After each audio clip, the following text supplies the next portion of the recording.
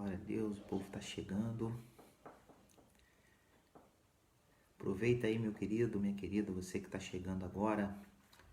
Vai compartilhando aí com seus amigos, com as suas redes sociais, com seu grupo de WhatsApp.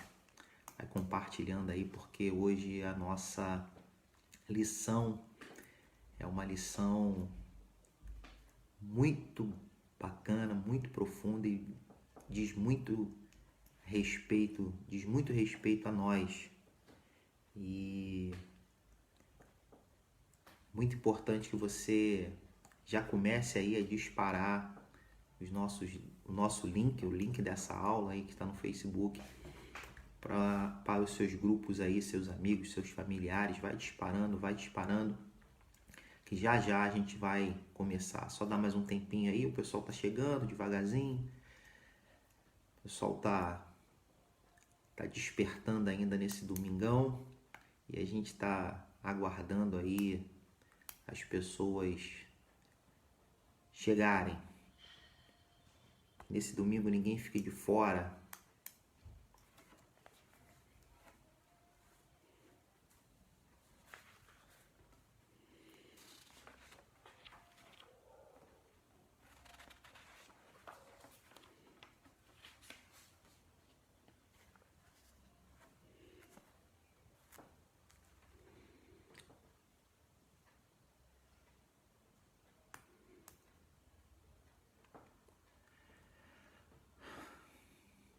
Vamos lá então, povo de Deus. Vamos orar para a gente otimizar o nosso tempo aqui.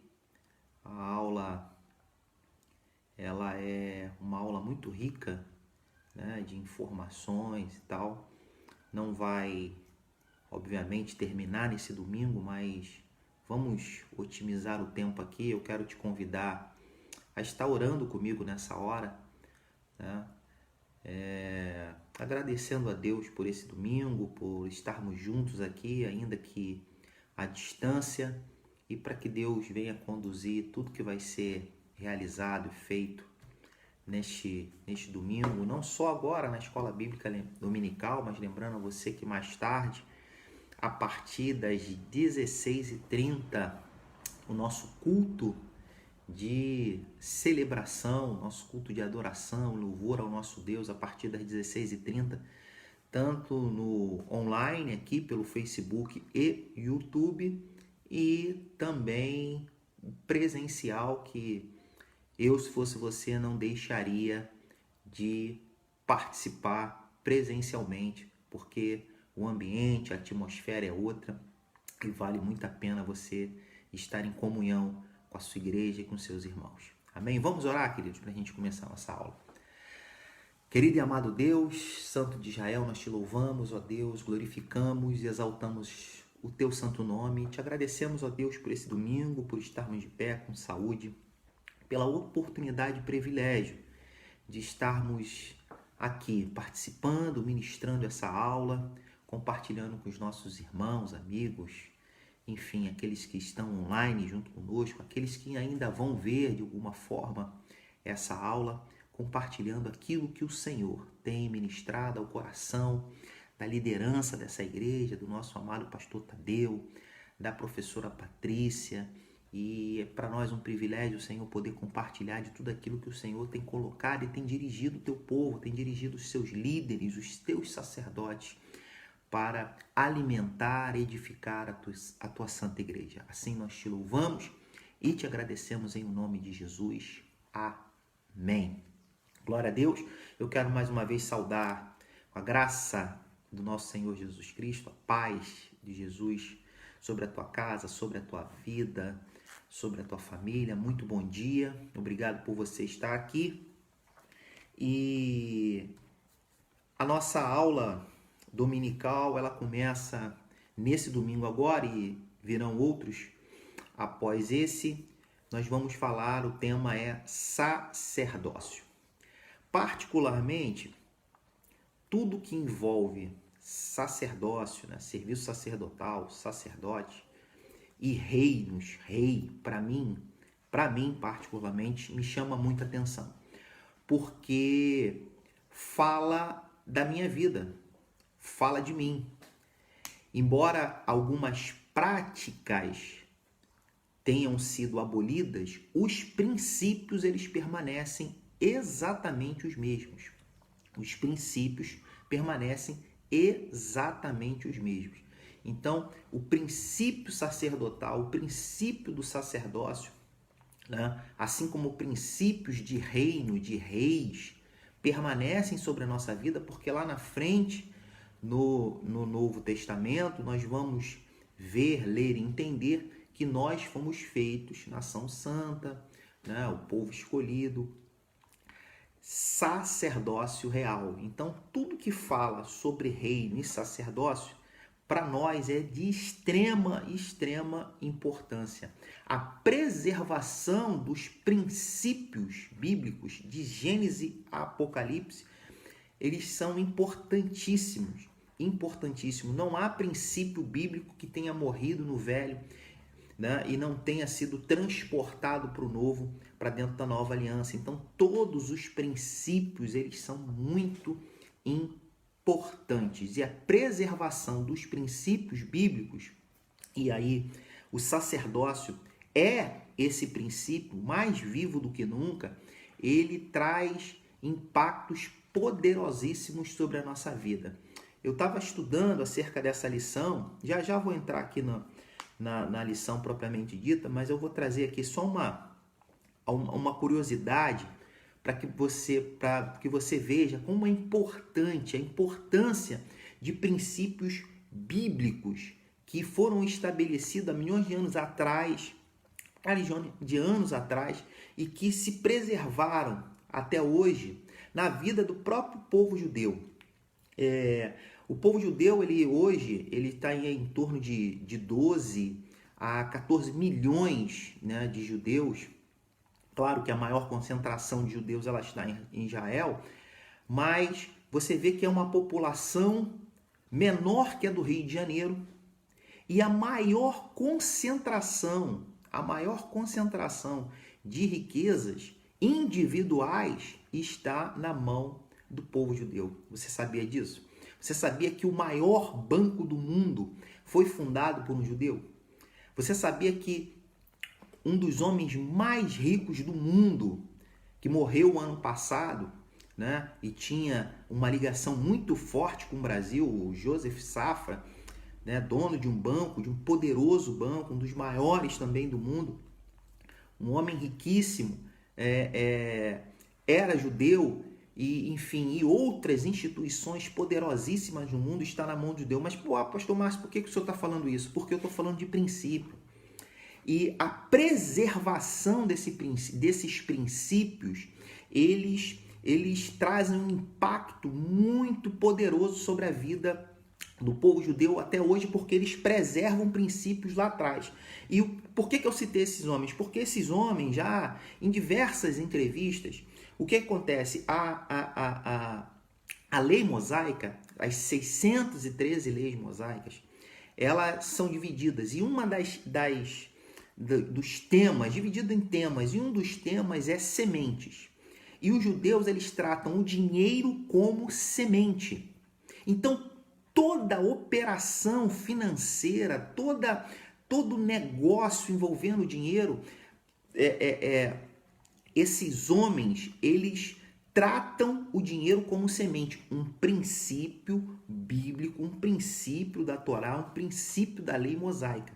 A prática era completamente diferente. Você está falando de agricultura lá atrás, anos e anos, mas o princípio de lidar, de tratar, né, o dinheiro como semente faz com que os judeus se tornem um povo extremamente próspero, poderoso, rico, porque preserva princípios. Então, se hoje a Igreja do Senhor entender que, por mais que esse sacerdócio de Arão, que nasce ali, né, que é instituído por Deus sobre a vida de Arão, enfim, essa prática não seja mais a prática usual, habitual, ela tenha mudado a partir da nova aliança em Cristo Jesus, os princípios, eles precisam ser observados profundamente, e é por isso que a gente vai começar a falar sobre sacerdócio. Na nossa lição aqui, na introdução, ele me faz uma pergunta, nos faz uma pergunta que diz assim: o que é sacerdote e qual o seu significado na Bíblia? O sacerdote é basicamente um ministro que age como mediador entre o homem e Deus. Então, o sacerdote, ele é um ministro, um oficial, uma pessoa que foi escolhida por Deus para ser um mediador entre o homem e Deus. Na Bíblia existem inúmeras referências ao sacerdócio. Você vai ver várias passagens, né, vários capítulos mencionando a questão do sacerdócio, tanto no Antigo quanto no Novo Testamento, o que acaba fazendo com que muita gente fique em dúvida sobre o que é um sacerdote e qual é o seu significado. Entender o significado do sacerdócio, entender o significado do sacerdote é extremamente importante. A gente vê observa, né, algumas pessoas falando: o véu foi rasgado, agora o véu foi rasgado, temos livre acesso. O véu foi rasgado, temos livre acesso. Querido, isso nos imputa uma responsabilidade tremenda, porque a partir deste momento que o véu se rasgou, nós passamos a ser o sacerdote. Nós passamos a ser o sacerdote. A responsabilidade de acessar o Santo dos Santos é nossa, é de cada um de nós. Essa responsabilidade foi transferida da tribo de Levi, que estava sobre a tribo de Levi, sobre os descendentes de Levi, para todos. Todos passam a ser sacerdotes com acesso ao Santo dos Santos. Se você não conhece princípios, eu não estou falando de práticas, mas se você não entende princípios de oferta, de sacrifício, de vestes, e aí eu não estou falando de vestes naturais, mas de vestes espirituais para acesso ao Santo dos Santos, meu amado, fica muito difícil você praticar, exercer um direito, porque o sacerdócio, a partir da cruz e do véu ter sido rasgado, passa a ser um direito meu, um direito seu. Mas se você não entende esses princípios, você não tem ideia de como se comportava um sacerdote, como deve se comportar um sacerdote, não no natural, mas em toda a sua instrumentalidade espiritual, ambiência espiritual, regência espiritual, querido, você não vai usufruir desse direito, ou vai usufruir de forma equivocada. Mas vamos seguindo. Nos textos bíblicos, a grande ênfase é dada ao serviço sacerdotal hebreu. Grande ênfase ao serviço sacerdotal hebreu. Novamente, eu quero frisar muito bem, princípios. Esse serviço, ele é permeado, ele é encharcado, ele é cheio de princípios. E por isso que a Bíblia traz como ênfase, traz com importância. Querido, se eu, pastor Márcio, tivesse que elencar 5 temas aí, ou 3 temas, ou 4 temas mais importantes da Bíblia, eu com certeza, ficaria em dúvida para elencar 5, 3 ou 4, mas 2 eu não tenho dúvida. Primeiro, salvação. É o tema mais importante da Bíblia. Salvação da humanidade. Segundo, sacerdócio. Porque se eu não entendo cruz, eu não entendo nada. E se eu não entendo, mas se eu entendo cruz e não entendo sacerdócio, eu não usufruo daquilo que a cruz me deu. Vou repetir. Como o nosso pastor diz, é didático. Vou repetir. Para mim, 2 temas, os mais relevantes da Bíblia. Com certeza, salvação. Primeiro, se eu não entendo cruz, eu não entendo nada. Nada. Agora, se eu entendo cruz e não entendo sacerdócio, o que acontece? Eu não vou conseguir usufruir daquilo que a cruz me proporcionou. Será que você consegue entender isso? Será que você consegue aí na sua casa dar um glória por isso? Se eu entendo o sacerdócio, eu vou usufruir daquilo que a cruz me dá. Só um detalhezinho aqui importante. O sacerdócio permitia o sacerdócio permitia ao sacerdote ser participante do altar e ser sustentado pelo altar. Você sabia que o altar traz sustento para a tua vida, para a minha vida? O sustento, ele vem do altar. Isso é um princípio sacerdotal. Isso é um princípio sacerdotal.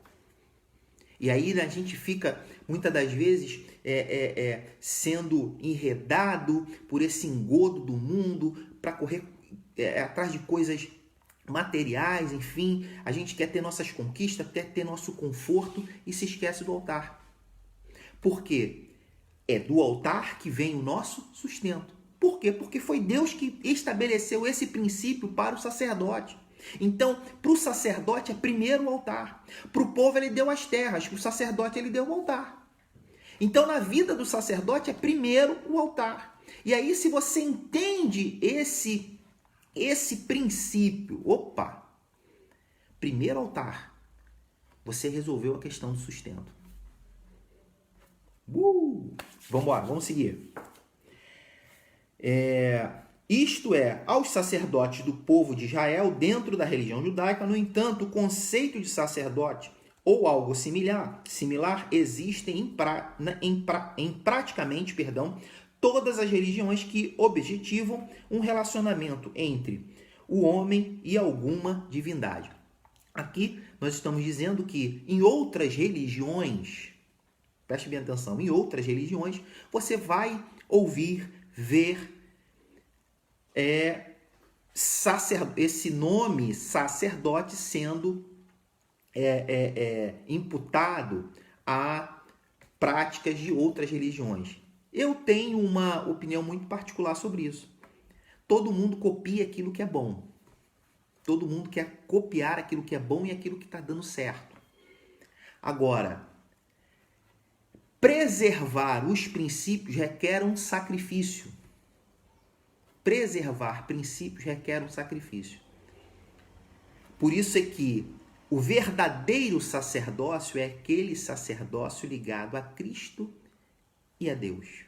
Esse é o verdadeiro sacerdócio. Os outros são cópias mal feitas daquilo que dá certo, porém os princípios não são observados e preservados, e aí torna toda a prática sacerdotal fora de Cristo ineficaz. Vou repetir. Toda prática sacerdotal fora de Cristo é ineficaz. Vamos seguir? Qual o significado de sacerdote? Os termos originais Kohen e Kahen, encontrados no Antigo Testamento, são os principais termos que geralmente são traduzidos como sacerdote. Então, Kohen e Kahen, transliterado aí, são os termos encontrados no Velho Testamento, no hebraico, para o nome sacerdote. Além de outras palavras relacionadas como Kehuna, sacerdócio, a forma verbal Kahan, ser sacerdote, no sentido de desempenhar uma função sacerdotal. E os termos utilizados para indicar o principal dos sacerdotes, como, por exemplo, Kohen Agdol, ou Kohen Gdol. Kohen Gdol ou Kohen Agdol. Nomezinho complicado. Sumo sacerdote. Juntos, esses termos ocorrem pelo menos 725 vezes. Então, a gente vê que essa palavra né, que nos traz tantos ensinamentos, tantas coisas importantes, princípios importantes, ela é muito recorrente dentro da Bíblia. No Novo Testamento encontramos alguns termos gregos que se referem aos sacerdotes. Então a palavra sacerdote, ela não se restringe somente ao Antigo Testamento. Aquilo que eu falei no início, esses princípios e até a cruz práticas, princípios permanecem depois da cruz. Então, até a cruz, práticas se repetem. Opa, minha caneta caiu aqui. Práticas se repetem ainda no Novo. Depois da nova aliança realizada na cruz, os princípios permanecem. As práticas se encerram, tá? Jesus encerra com aquelas práticas porque ele é o Cordeiro de Deus, ele faz o sacrifício perfeito. Então as práticas sacerdotais, elas se encerram na questão dos sacrifícios de animais, né, expiação, enfim, aquelas práticas que a gente conhece do velho se encerram na cruz, porém os princípios, eles vão permanecer, e na frente, lá nessa lição, você vai aprender um pouco mais sobre isso.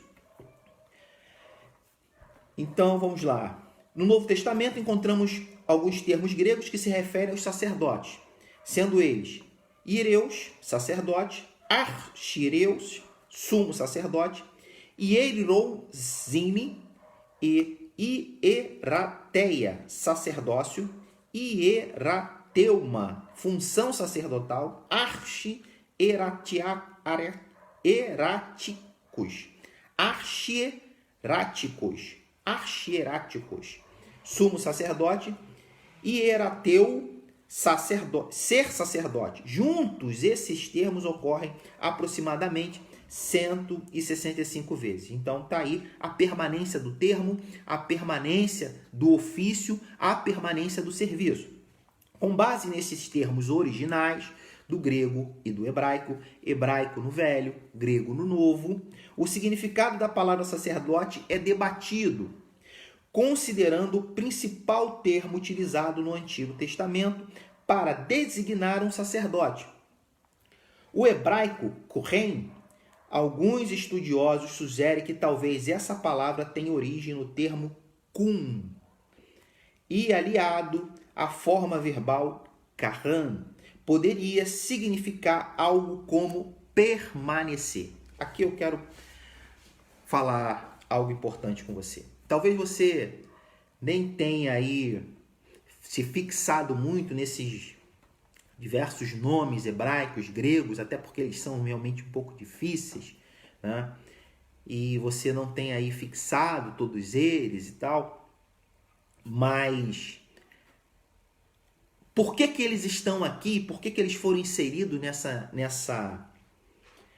lição? E por que eles são importantes dentro do contexto dessa lição, do fundamento, né? Nós estamos aqui na parte 1 da lição, então nós estamos fundamentando tudo aquilo que vai ocorrer um pouco mais à frente. Então, por que isso foi inserido? Qual a importância deles formarem esse contexto e esse fundamento? Para nós ocidentais, e em especial brasileiros, essa questão do nome, ela não é tão importante como é para os judeus, como é para os orientais. O nome é algo extremamente importante, porque traz um significado. Você vai ver Deus mudando o nome de Abrão para Abraão por causa do significado. Mudando o nome de Jacó para Israel por causa do significado. E isso marca a cultura dos hebreus, posteriormente de todos os judeus, né, do povo de Israel. Isso marca. Então a questão do nome, ela é importantíssima, porque ela traz um significado. E aí todos esses nomes que foram colocados aqui, eles levam a um pensamento, a construção de um pensamento, de um entendimento, né? Para eles, não é só o significado final do nome, mas há uma importância na construção desse nome, né? A raiz, a base do nome, né? Então você tem aqui a base do nome Kun, dentro de todos esses outros nomes que aqui foi falado, que nós falamos, né? A raiz, quando eu estou falando da raiz do nome, tipo casa, casa é raiz de casamento, casamento, casa. Qual é a raiz de casamento? Casa, partiu de casa, a partir de casa se construiu outros nomes. Então essa construção vem dessa raiz, e essa raiz, né, chegando a essa raiz que deu a construção, a base para esse nome sacerdote, a gente vai encontrar algo como permanecer. A partir daí, né, permanência, né, um nome muito forte, permanência, permanecer, não sair do lugar, não sair da posição, estar na mesma posição, no mesmo lugar, isso significa permanecer. A partir daí, ligando esse significado de permanecer, e se a gente voltar, por exemplo, a Êxodo 22, a 28, Êxodo 28, quando Deus escolhe Arão e seus filhos para serem sacerdotes, ele diz assim: depois tu farás chegar a ti teu irmão Arão e seus filhos com ele, do meio dos filhos de Israel, para me administrarem o ofício sacerdotal. Aqui Deus estabelece uma forma física de permanência. Por quê? Sacerdote era só tribo de Levi. Mais nenhuma tribo teria sacerdote, somente a tribo de Levi. A partir de Arão, então, só filho de sacerdote poderia ser sacerdote. Está vendo Deus construindo algo perene, algo permanente? Olha, isso aqui é permanente. Um sacerdote vai gerar outro sacerdote. Fora dessa posição não haverá sacerdócio. A primeira posição de sacerdote é de Arão. Depois, seus filhos. Então, há uma permanência na geração de sacerdote. Um sacerdote gerando outro sacerdote. Deu para entender? Porque é tão importante a gente entender a origem, né? O que dizem os originais do hebraico, do grego, chegar nessa raiz de permanência, a gente vai entender o que é a escolha de Deus lá atrás. Nós vamos entender a escolha através do significado do nome, né, que vem lá da raiz, e nós conseguimos chegar nessa questão do permanecer. Por que que Deus não espalhou o sacerdócio naquele momento, naquela ocasião, lá no Êxodo, para todos? Porque há uma permanência, uma continuidade.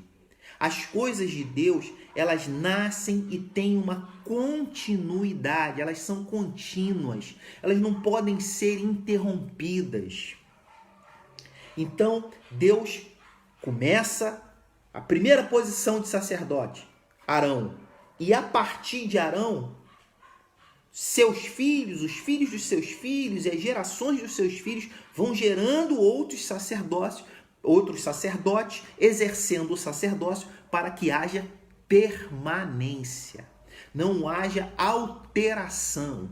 O sacerdócio vem a partir de Arão e a partir daí uma permanência, algo perene, algo contínuo.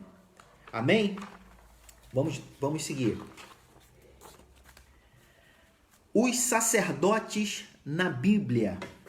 Quando falamos sobre sacerdotes mencionados na Bíblia, é preciso considerar que nem todos os sacerdotes na narrativa bíblica eram hebreus. Nós comentamos um pouquinho isso atrás, né? Você tinha outros sacerdotes de outras religiões servindo a outros deuses, bem como nem todos os indivíduos que aparecem exercendo o sacerdócio serviam no culto ao Deus de Israel. Então é aquela história de copiar o que está dando certo, é você trazer um modelo, mas não preservar os princípios desse modelo. Tá?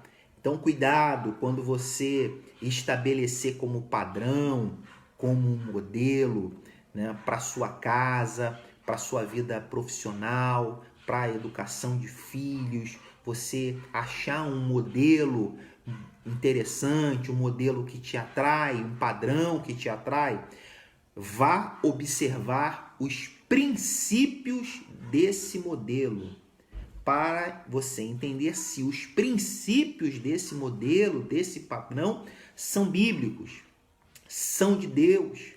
Porque às vezes são modelos que estão dando certo, mas os princípios não são de Deus. Aqui era o contrário, eles copiaram o padrão, né? O modelo. Opa, eles têm um sacerdote lá, nós vamos ter um sacerdote aqui, porque nós vamos copiar esse modelo. O sacerdote fala com Deus. Porém, e o princípio de um único Deus? E um princípio de um Deus criador, do verdadeiro Deus criador? Então, os princípios, né, ligados a Deus, os princípios ligados à sua palavra, eles são imutáveis e eles não podem ser removidos. Lá em Provérbios, a Bíblia vai dizer: não removam os limites estabelecidos pelos antigos. Vamos em frente. Antes de o sacerdócio hebraico ser instituído oficialmente, a Bíblia menciona outros sacerdotes, como o rei Melquisedeque, sacerdote do Deus Altíssimo. Né? Melquisedeque, rei de Salém, o rei, sacerdócio do Deus Altíssimo. Gênesis 14, 18. Gênesis 14, 18. A quem Abraão devolve o dízimo. Enfim, os sacerdotes que haviam no Egito. Melquisedeque tem uma revelação profunda aí envolvendo Cristo. Eu não vou entrar nessa seara agora, porque se a gente mergulhar aqui, a gente não vai sair. Sacerdotes que haviam no Egito. Aí você tem referências. Gênesis 41, 45, 46, 26, 47, 22, 26. Algo que não tinha nada a ver com princípios estabelecidos por Deus. E os sacerdotes midianitas, que estão em Êxodo 2:16, 3:1 e 18:1 em Êxodo. Além disso, as funções sacerdotais são mencionadas na Bíblia desde os tempos da primeira família. Aqui é muito interessante. Com Caim e Abel oferecendo ofertas a Deus. Isso aqui é muito interessante. O ofício sacerdotal, ele vem antes do sacerdócio oficial ou da instituição de um oficial, de um ministro. Então, o serviço, ele vem muito antes. O serviço sacerdotal, o ofício sacerdotal, ele vem muito antes de um reconhecimento sobre uma pessoa desse ministério. E por que isso é interessante? Porque o sacerdócio, ele nasce, né, por conta da necessidade do homem em falar com Deus, em se comunicar com Deus, em interagir com Deus, em provocar uma reação em Deus. Tá vendo como é importante a gente conhecer o sacerdócio, o seu ofício, princípios que estão inseridos nesse serviço, porque Sem o sacerdócio, não há relacionamento com Deus. Vou repetir.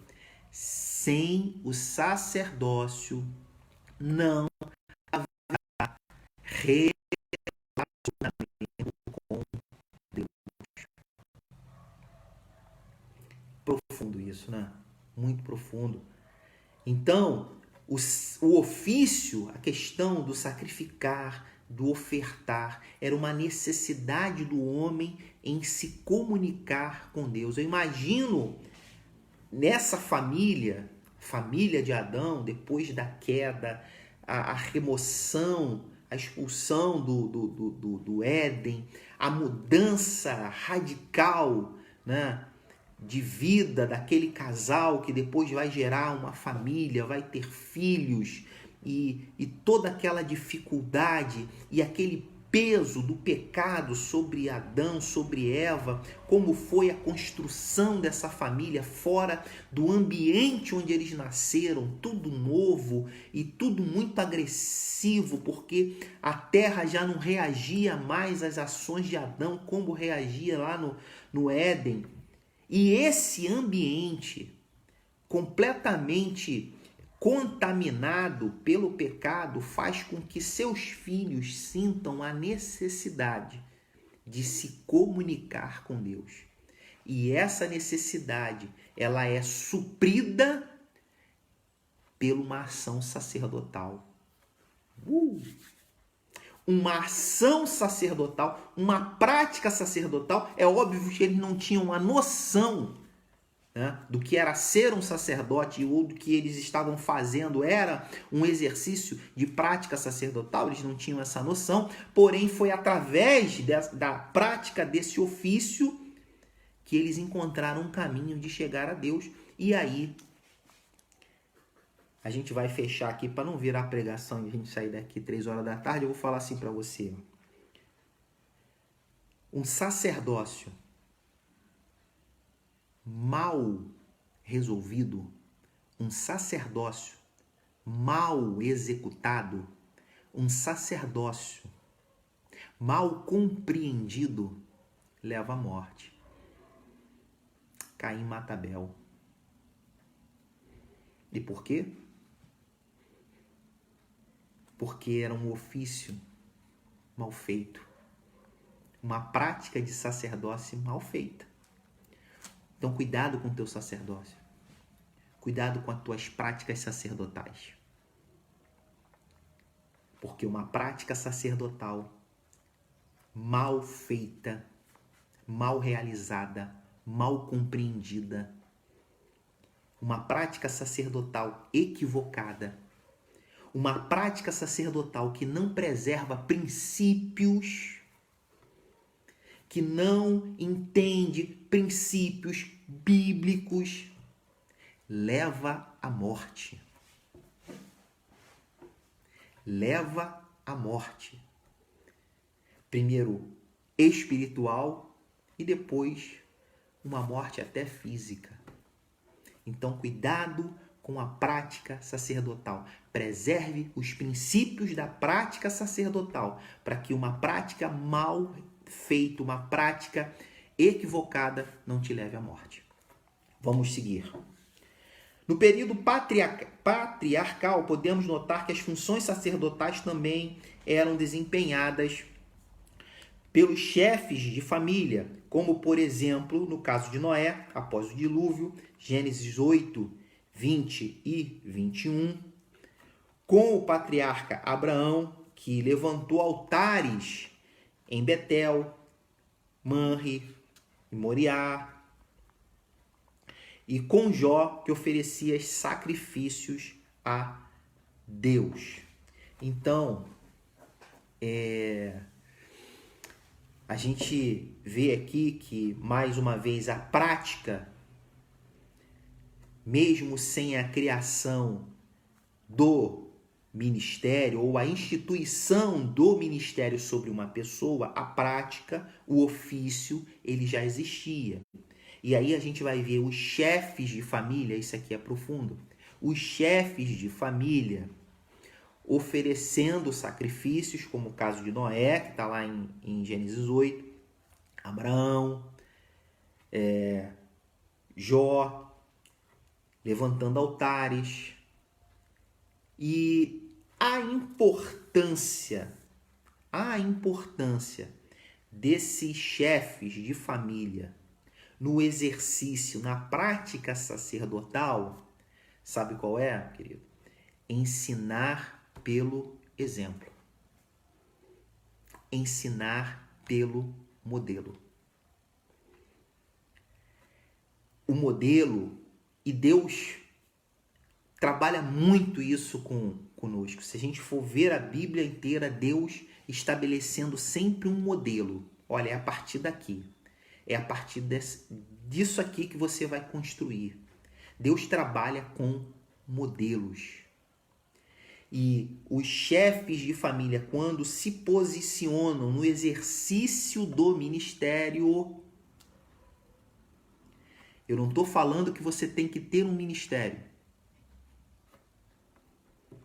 Talvez você não tenha ainda ou não terá um ministério diaconal, ministério pastoral, né? Não será de repente um mestre, mas você tem um exercício, uma prática ministerial a ser exercida.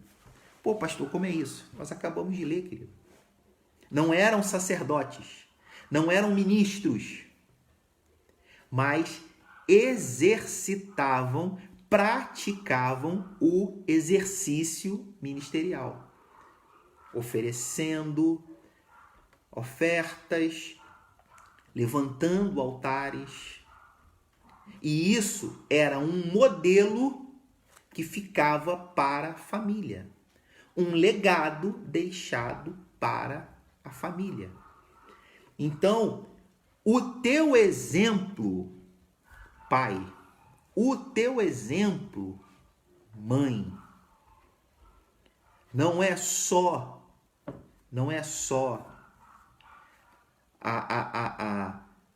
a simplicidade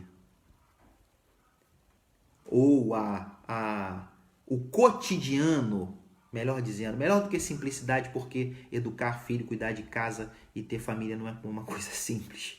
Mas o teu cotidiano não é só cuidar do lar, mas o teu cotidiano deve deixar um legado. E você só vai conseguir deixar esse legado a partir do exercício do seu sacerdócio. Que isso, pastor? A maneira como você cuida do altar será a maneira como o teu filho vai cuidar do altar. A maneira como você entende o altar será a maneira que o teu filho vai entender o altar.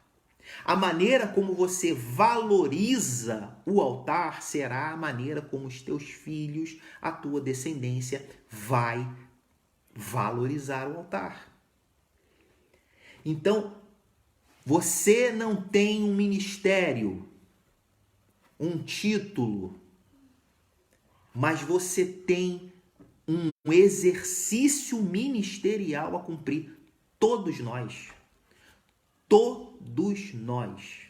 temos um exercício ministerial a cumprir. E que exercício ministerial é esse? O sacerdócio. O sacerdócio, ele nos exige uma prática que valorize o altar. O exercício sacerdotal nos exige uma prática, um modelo de vida que valorize o altar. E esses chefes patriarcais valorizavam o altar e serviam de modelo para suas casas. Deus dá modelos a Moisés. Os 10 mandamentos, o tabernáculo. Deus dá modelos a Noé, a arca. Tantos metros, tantos tantas madeiras, madeira disso, madeira daquilo. Deus dá modelo a Abraão. Modelo. Vai circuncidar todos os homens da tua casa. A partir dos 8 dias de vida, os que nascerem a partir do 8º dia.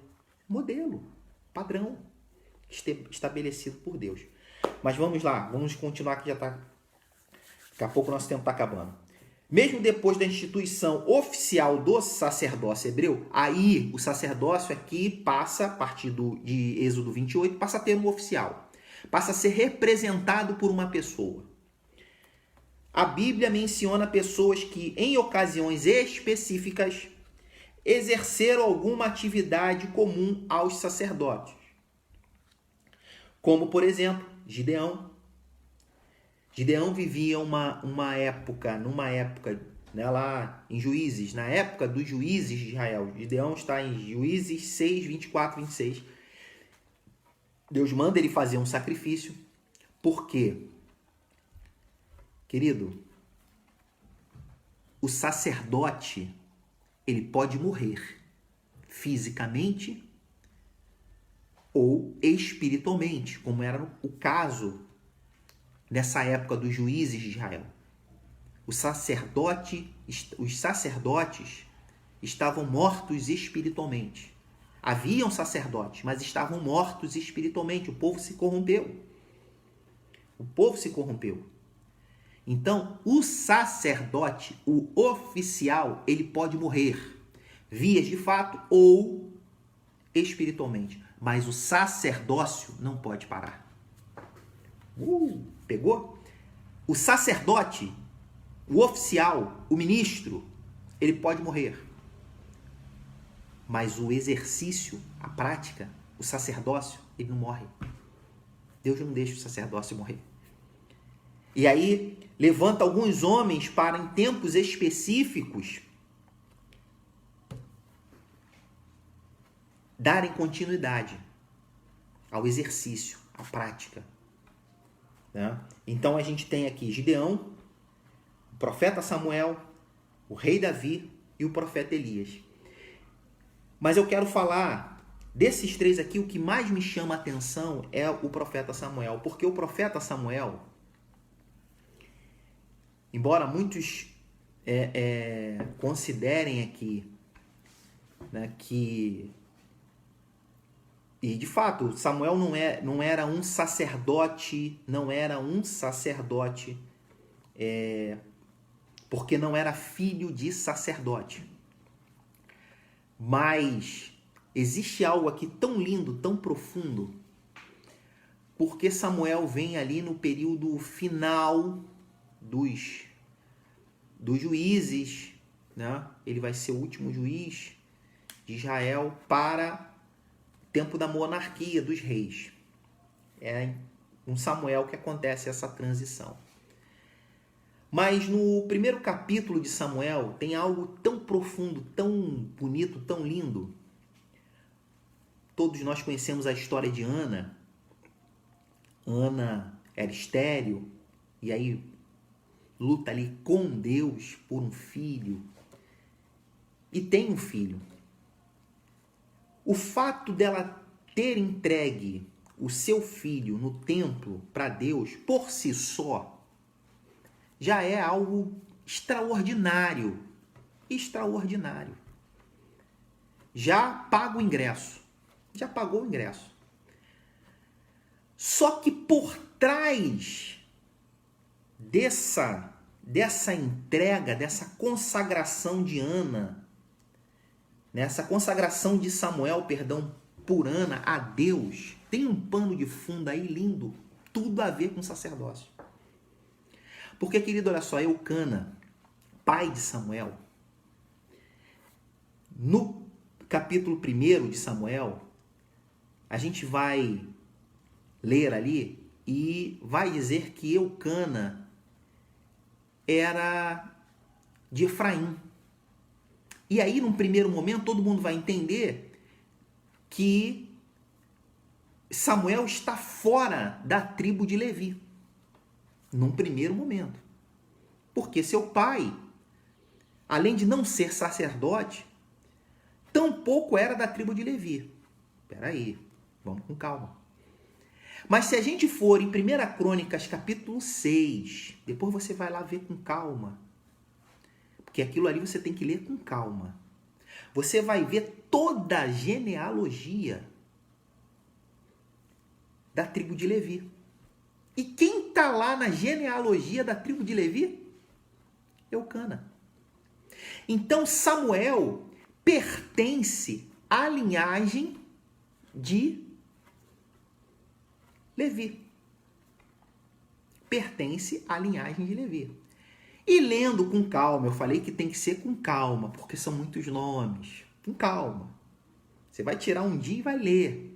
1 Crônicas, capítulo 6, com calma. Vai se deliciar ali naquela genealogia. Você vai descobrir, querido, que Eucana é da linhagem de Coate. Era um coatita. Ele era filho de Corá, que era filho de Coate. E Coate era filho de Levi. Então você vai ver, né, nessa construção de que os coatitas estão ligadas a Arão, que era sacerdote. Então, voltando lá no permanecer, Deus não tinha mudado nada. Deus não tinha mudado nada. Coate vai gerar Arão e outros filhos que vão gerar Arão. Arão é da linhagem de Coate. Então, nós não falamos de permanecer um após o outro, a permanência. Então, quando Ana leva Samuel e entrega no templo, Ana não estava só agradecendo a Deus. Ana estava dizendo: Senhor, a linhagem sacerdotal, o serviço sacerdotal não pode morrer. Porque ela vivia numa casa onde o marido vinha de uma linhagem sacerdotal que se perdeu com o tempo. Aí você pergunta, mas por que ele era chamado de Efraimita? Por que ele era de Efraim? Porque em 1 Crônicas, capítulo 6, versículo de número 66, vai dizer que os filhos de Coate, os descendentes de Coate, receberam 2 cidades. Siquém, cidade dos refugiados, e receberam a região montanhosa de Efraim.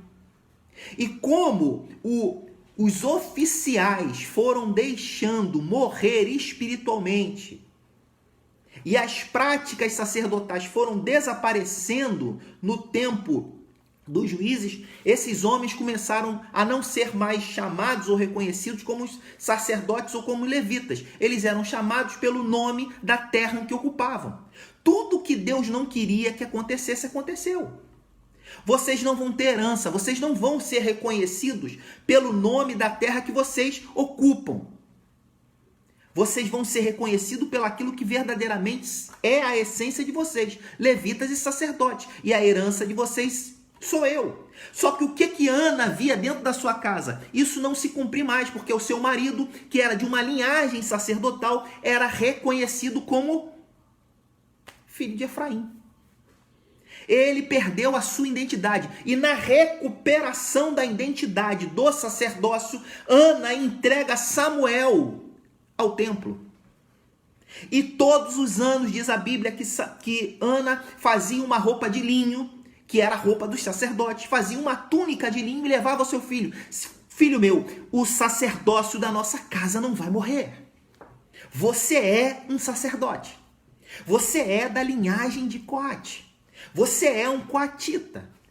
O sacerdócio na minha casa não vai morrer. Então, é muito profundo o que Ana faz. Ana vai restaurar com a entrega de Samuel a Eli. Ela está restaurando o sacerdócio da sua casa. Ana não aceita que o sacerdócio da sua casa morra. Por isso que ela entrega Samuel no templo. Porque o lugar do sacerdote era no templo. Quando ela estava entregando, não era só um agradecimento. Muito obrigado, Senhor. O Senhor me deu um filho e eu estou lhe devolvendo. Isso é lindo, já pagou o ingresso, mas eu quero dizer para você, ela estava dizendo, olha aqui, Senhor, esse meu filho representa uma linhagem sacerdotal e essa linhagem sacerdotal que aparentemente está morta. Hoje o meu marido, que é da linhagem de Levi, que é da linhagem de Coate, filho de Corá, não é conhecido mais pela sua linhagem, pela sua verdadeira identidade. Chamam ele de filho de Efraim. E ele não é filho de Efraim. Então eu estou devolvendo aquilo que sempre foi teu. Samuel sempre foi de Deus. E ela devolve Samuel. Toma, Senhor, é teu. Porque lugar de sacerdote é no templo, te servindo. Lugar de sacerdote é no templo, te servindo. E todos os anos ela ia lá para não deixar isso morrer. Tá aqui, meu filho, uma túnica de linho para que você se lembre. Durante todo esse ano, até o ano que vem, quando eu voltar aqui para sacrificar e te trazer uma nova túnica, você vai se lembrar. Eu sou um filho de Levi. Eu faço parte, não da tribo de Efraim, mas eu faço parte da tribo de Levi. Depois você estuda lá com calma. 1 Crônicas, capítulo de número 6. Você vai ver a origem de Eucana.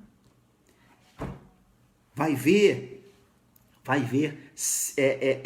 Davi colocando no templo os filhos, a descendência de Eucana e de Samuel, colocando como cantores no templo. Você vai ver, se eu não me engano, está lá pelo 33.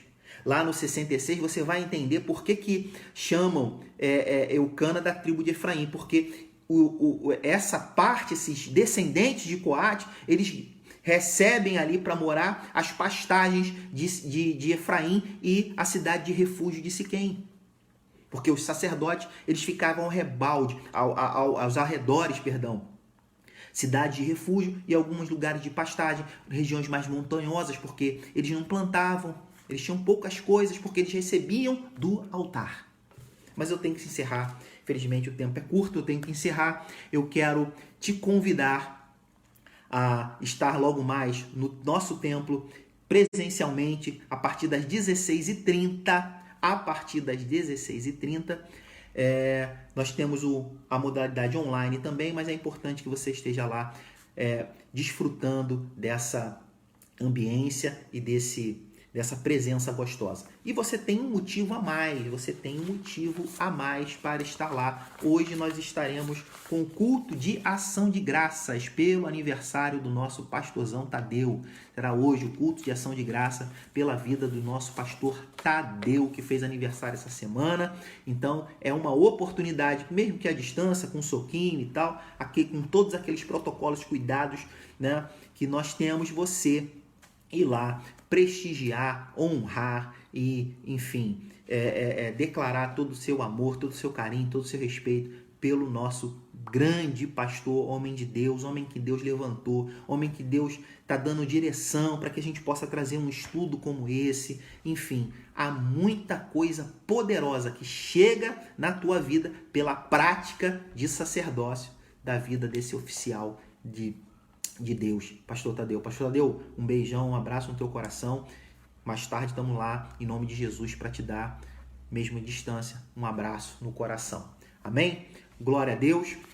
Nós estamos encerrando. Você que quer dizimar, quer ofertar, fique à vontade. Dízimos e ofertas são culto a Deus. Então, se você quer praticar aí o teu sacerdócio, fazer exercício do seu sacerdócio através dos dízimos e das ofertas, fique à vontade. Nós já te agradecemos pela sua fidelidade, pelo seu amor, pelo seu carinho com a obra, pelo seu zelo com a obra. O nosso Pix o CNPJ da igreja, deve estar passando aí nos comentários, eu não consigo ler, infelizmente eu não consigo ler comentário nenhum, mas eu creio que alguém já deve ter colocado aí, de repente o Cadu ou o próprio pastor já deve ter colocado essas informações, e aí você fica à vontade para dizimar e ofertar ao Senhor. Um dos nossos trabalhos da semana, hoje mais uma vez eu te convido, reforça esse convite para você estar a partir das 16h30 lá na Mananciais 995 com o culto e ação de graça do nosso pastor Tadeu. Vá lá presencialmente. Hoje é um dia para tu estar presencialmente, se você puder, querido. Terça-feira, os chamados para vencer. Quinta-feira, imersão a partir das 19h30. Os chamados também 19h30 terça-feira. Os chamados também é presencial, não fique de fora. Trabalho muito bacana, presencial. A imersão, quinta-feira, a partir das 19h30, é somente online. Sexta-feira nós temos a intercessão. Você procura saber aí no grupo das mulheres, né? Pede lá o linkzinho do Zoom para que você possa participar da intercessão. E domingo que vem nós estaremos de volta a partir das 10 horas da manhã, também somente online, com a Escola Bíblica Dominical. Vamos orar? Já estouramos aqui o horário. Feche seus olhos em nome de Jesus e vamos orar e agradecer a Deus. Pai querido, Pai amado, nós te louvamos, glorificamos e exaltamos o teu santo nome. Te agradecemos, Senhor, por tudo aquilo que foi realizado nessa manhã. Senhor, abençoa as casas, as famílias, sacerdotes e sacerdotisas do Senhor, aqueles que têm a responsabilidade, Senhor, de exercer uma prática sacerdotal que sirva de modelo para sua casa, que ensine a sua casa, seus filhos, seus amigos, vizinhos, a respeitar e a valorizar o altar. Meu Pai, em nome de Jesus, nos dá um domingo na Tua presença, um domingo abençoado em nome de Jesus, e prepara o nosso coração para tudo aquilo que o Senhor ainda há de fazer nesse dia, ainda há de comunicar à sua igreja, em o nome de Jesus. Que o grande amor de Deus Pai, que a graça salvadora, libertadora do nosso amado Senhor e Salvador Jesus Cristo, que as doces consolações e intimidade do Santo Espírito de Deus seja sobre todo Israel de Deus na face da terra e sobre todo o povo de Deus nesse lugar. Que todos digam amém. Que Deus te abençoe, querido.